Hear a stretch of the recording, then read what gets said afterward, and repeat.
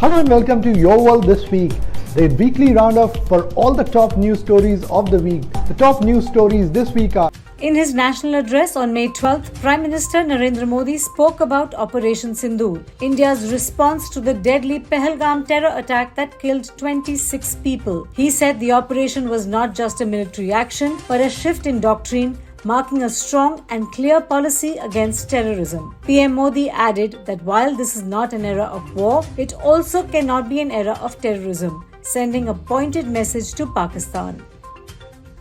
Just a day after addressing the nation, Prime Minister Narendra Modi visited the Adampur Air Base in Punjab. His visit came after Pakistan claimed that its JF-17 fighter jets had destroyed India's S-400 air defense system during a missile attack. However, photos and reports from Modi's visit showed the S-400 system fully intact and functional, exposing Pakistan's claim as false.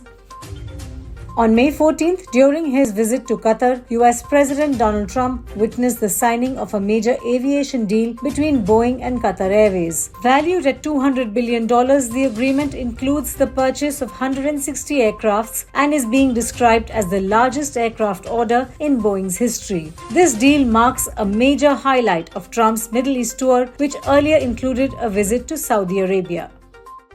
The Board of Control for Cricket in India, the BCCI, has announced that the Indian Premier League 2025 will resume on May 17th following a week-long suspension. The tournament was paused on May 9th after India launched Operation Sindoor in response to a terror attack. The first match after the break will be between Royal Challengers Bangalore and Kolkata Knight Riders in Bengaluru. Matches originally scheduled in Mohali and Dharamshala will no longer be held.